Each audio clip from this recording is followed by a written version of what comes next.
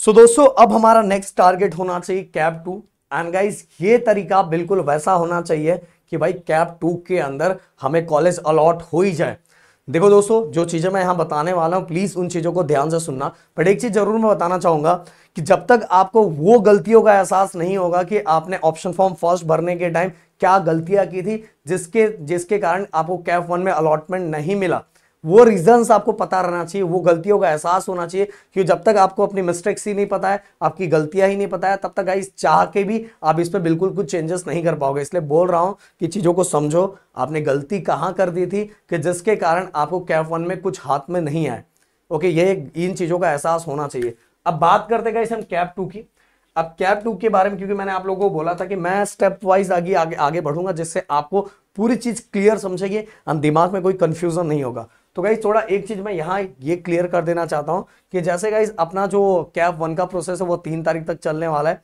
And 4 तारीख को हमें ये पता चलेगा कि अभी भी सीट्स कितने खाली हैं। एंड देन 5, 6, 7 कैप 2 के लिए आप ऑप्शन फॉर्म भरोगे। एंड देन इसके बाद गाइस 11 तारीख को आपको पता चलेगा कि कैप 2 के थ्रू आपको अलॉटमेंट हुआ, कॉलेज अलॉट हुआ कि नहीं अलॉट हुआ, ये आपको 11 तारीख को पता चल जाएगा।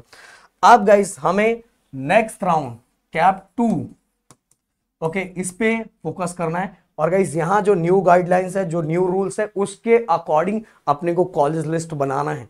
कुछ भी फिर से भरो, कुछ भी सुन के इधर उधर कुछ भी मत करो, नहीं तो बहुत पछताओगे। डेली मैसेजेस आ रहे हैं, मैं बार बार मतलब मैं क्या ही बोलूं। बट तो कैप 2 को मतलब जो कैप 2 का ऑप्शन फॉर्म है उसके लिए गाइस आपको सोच समझ के न्यू गाइडलाइंस वाइज ही आगे बढ़ना है। जैसे आपको पता है फर्स्ट, सेकेंड एंड थर्ड ये 3 कॉलेजेस, ये 3 अगर ये इस आपने फर्स्ट नंबर पे, सेकंड नंबर पे, थर्ड नंबर पे अगर ये प्रेफरेंस में से कोई भी कॉलेज आपको अलॉट होता है तो भाई आपको कॉलेज लेना ही पड़ेगा, नहीं तो आप नेक्स्ट राउंड से बाहर हो जाओगे। ये बातें दिमाग में रख लेना। अब इसके बाद नीचे के जो कॉलेजेस होंगे फर्स्ट, सेकंड, थर्ड को छोड़ के 4, 5, 6 तो आपकी चॉइस है। अगर आपको कॉलेज लेना है तो आप उसको सेल्फ फ्रीज करोगे, अंदर इसके बाद ऑनलाइन मोड में सीट को एक्सेप्ट करके ऑफलाइन मोड में विजिट करके डॉक्यूमेंट को सबमिट करके अपने एडमिशन को डन करोगे। बट अगर आपको ऐसा है कि नहीं सर कॉलेज अलॉट हुआ है बट मुझे वो कॉलेज नहीं चाहिए, तो आप उसको not freeze for betterment option choose करके आप वो सीट को रख सकते हो। बट गाइस आप नेक्स्ट राउंड में भी जा सकते हो। ये बात है फर्स्ट, सेकेंड, थर्ड को छोड़ के। इसके पहले जो आपने किया था कैप 1 में उसमें बस पहले वाले का ऐसा था, बट यहाँ पहला, दूसरा, तीसरा ये ऑटो फ्रीज होने वाला है। अब गाइस यहाँ एक चीज और मैं बताना चाहूंगा आप लोगों को कि अब किस तरह से आपको कॉलेज लिस्ट बनाना चाहिए। अब आपको फिर से पिछले 3 सालों का 22, 23 एंड 24 ये 3 सालों का आपको क्या करना है कि आपको ये देखना है कि उसी सेम कॉलेजेस के अंदर कैप 1 एंड कैप 2 अब ऐसे कंपैरिजन करना है। कैप 1 एंड कैप 2 के अंदर जो भी आप कॉलेज लिस्ट बना रहे हैं उसके अंदर तीनों साल के अंदर कितना फ्लक्चुएशन हुआ। ओके जब कैप 1 में से कैप 2 के अंदर हम जा रहे थे तो मान लो कोई कॉलेज 66 परसेंटाइल पे मिल रहा था, बाद में फिर इसके बाद कैसा हो गया 65.9 हुआ, कितना हुआ मतलब कितना परसेंटाइल कम हुआ या कितना परसेंटाइल का चेंजेस हुआ, ये आपको पता रहना चाहिए। और हर साल 22 में कितना हुआ, 23 में कितना हुआ, 24 में कितना फ्लक्चुएशन हुआ दोनों के बीच में कैप 1 कैप 2, जिससे गाइज आपको समझेगा कि उस परसेंटाइल के अकॉर्डिंग आप फिट बैठ रहे हो कि नहीं बैठ रहे हो, कि आप कैप 2 के अंदर वो कॉलेज डालोगे तो आपको कुछ फायदा होगा कि नहीं फायदा होगा।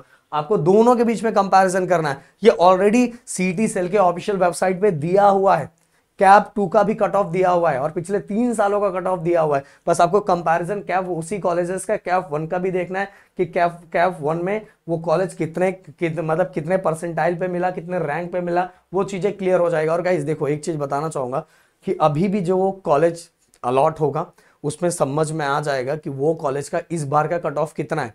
तो हम पिछले 3 सालों का जब कंपैरिजन करेंगे तो हमें समझ में आएगा कि परसेंटाइल का चेंजेस कितना हो रहा है, और जितना परसेंटाइल का चेंजेस हो रहा है उसको हम अभी के कैप 1 के परसेंटाइल के अकॉर्डिंग चेक करेंगे कि हम लोग सही आ रहे हैं कि नहीं सही आ रहे हैं। अगर सही आ रहे हैं तो अपने कॉलेज लिस्ट के अंदर वो कॉलेज को भी डालेंगे। बट गाइस वो हमसे बहुत दूर है, हमारा है 75 और वो आ रहा है 95 पे, तो भाई बिल्कुल वो कॉलेज डाल के कोई भी मतलब नहीं है। इस राउंड के अंदर भी आपका वही हाल होने वाला है। तो इतनी बारीकों से चीजों को देख के आपको आगे बढ़ना है।